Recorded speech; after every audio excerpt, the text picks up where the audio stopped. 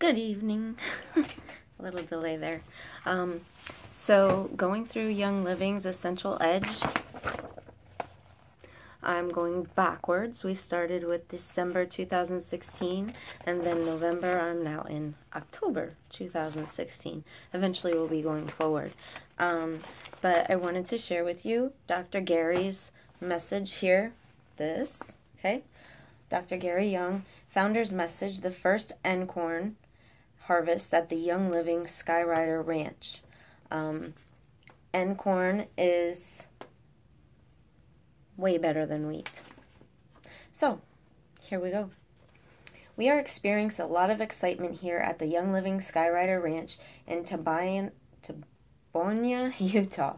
After the ranch was purchased, I looked out over the fields and the majestic mountains that span from the Duchesne River at 6,500 feet to the mountain tops on the ranch at 10,000 feet, and I started imagining all the potential this 4,500 acres of God's paradise could bring to our Young Living family, from corporate activities to member retreats. Then I started thinking about Einkorn and wondering how well it would grow at this altitude of 6,700 feet. So I decided to prepare the ground, and in May, the seed that came from our farm in France was seeded into 100 acres here for trial planting and growing. Normally, Einkorn does the best with late fall planting. However, because of the late fall rains, we were unable to get a crop in the ground before it was too late. I felt we were better off experimenting with spring planting to see what it would do rather than wait another year to find out.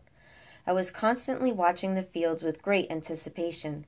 At this altitude, it was a roll of the dice whether it would germinate in time to grow to full maturity before the fall frost would come. Einkorn is a unique grain, and since it is considered a dryland crop, many people get fooled by its behavior. When planted, it will germinate and come through the ground in 7 days and grow like crazy until it reaches a height of 4 to 6 inches, and then it stops growing. After Einkorn pokes its head through the soil, it doesn't grow for 3 to 4 weeks, and appears to just be enjoying the sunshine, the beautiful air, and the freedom of being above the ground. However, a phenomenon is taking place during the time of its false dormancy. The Einkorn never really stops growing, but is taking in the carbon dioxide and electromagnetic energy from the sun and sending it to the roots to give the nutrients support for them to grow fast and deep in preparation for the third phase of its life cycle. At this point, the growth is all beneath the surface as the roots push deeper into Mother Earth to reach the best minerals and nutrients as well as water before it returns to its journey skyward. Once the Einkorn has reached optimal root depth, it focuses on growing tall. One morning we'll walk out into the field and will be amazed to see that the Einkorn has grown 2 inches overnight. Every day, the shaft grows, preparing the foundation to feed the baby kernels that soon start to form. As the Einkorn here grew taller and taller, I knew I had made a good decision. By July, the heads were about 3 feet tall, and by mid-August, they had grown to my shoulders.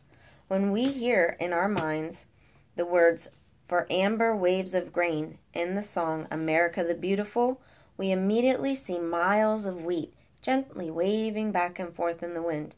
But here at the ranch, the waves are in the beautiful fields of Einkorn.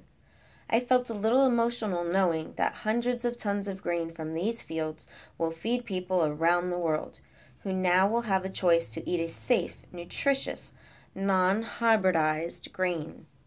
I watch for 3 stages of growth and maturity in my Einkorn to determine the best time for harvest. The first stage is called the milk stage. When the kernels start to form, you squeeze them, and what comes out looks like white milk. The second stage is the soft dough stage, which is when the kernels are completely formed and the heads are turning yellowish in color. The stalk is still green, but when you peel back the husk, there's a living substance called the kernel. It will appear completely formed. However, half of it will still be slightly green and the rest a yellowish tan color. When you pinch the kernel, it will be firm, but the interior will come out like soft dough. When the kernels are fully developed, they will fall off with rain, the movement of the wind, or the harvesting machine. In ancient times, when farmers harvested with a scythe, the knife blade slicing through the stalks would knock off the kernels, so the people knew they had to cut before final maturity. Then they began the harvest, but cut in the soft dough stage and tied the stalks into bundles to let them stand on end in a teepee shape so that the wind would knock them over. This also allowed the rain or dew to fall and run off without causing mold from lying on the ground. After 7 to 10 days, the kernels reach the third and final phase of maturity, which is called the hard dough stage, where the kernel is rock hard and ready for threshing, which is separating the kernel from the skin that covers it, called the husk. Another phenomenon takes place while the bundles are standing in the field and maturing with the rain and the dew.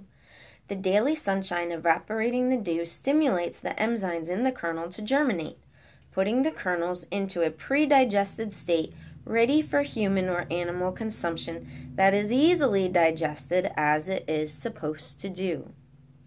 Today, hybridized grains, in conjunction with the fast modern way of harvesting and threshing, make the grain difficult to digest, which causes all kinds of problems.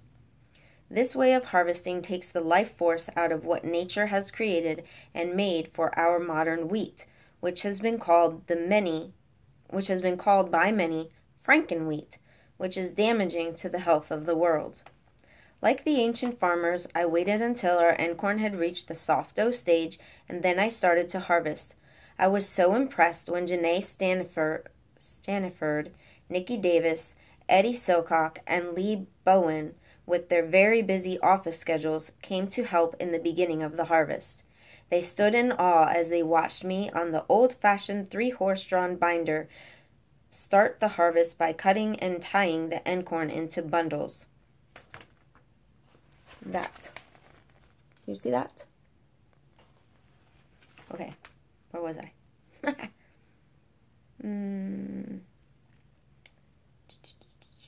farm. The teepees are from, well. The farm crew. Nope. I wasn't putting into bundles. There we are. Putting the stalks into teepees, referring to as shocking the grain, was so gratifying for everyone. The farm crew finished shocking the bundles the second day, leaving teepees standing everywhere in the fields to give the einkorn time to germinate, a scene from times long ago that can only be seen at the Young Living Ranch or one of our farms. In about 10 days, we will thresh the grain and be ready to send it into production of our products, but we'll hold some for planting later this month. I'm sure that many of our new members are curious about einkorn, which is why I wrote my book, Ancient Einkorn, Today's Staff of Life, which I encourage everyone to read. So, einkorn, oh, there's not a good picture in here, but I don't know if you can see this. Einkorn is very close together, the seeds, and so it doesn't allow for bugs to get in there. But if you see pictures of wheat, there's a lot of room for bugs to get in. And I've been reading this amazing, amazing book. I get teary-eyed way too many times reading this book by the things that Gary, just his life and what he does and how much he offers back, and it's just amazing. But he has a picture in here of the wheat and the einkorn, and while I'm talking, I'm going to see if I can find it so I can show you the difference between a non-hybridized piece of grain and a hybridized piece of grain. Okay, look, that's the wheat, okay? This is where bugs get in and all sorts of pests and the chemical crap that the farmers put on our food to make it grow faster. That's einkorn. Farmers are trying to make a living, you know, obviously everybody's trying to make a living, but they're going about it cheaply, and it's messing up our digestive system because of this junk, okay? This only grows about 12 inches, and then they harvest it, and they can plant and harvest like a couple of times a year by doing this, okay? Hybridizing this junk that our bodies were never made to digest. This is not hybridized. This is a once-a-year harvest. This is what our body can digest. This is how God intended us to eat, without chemicals on our foods. That's chemically laden, that's not. You make the choice.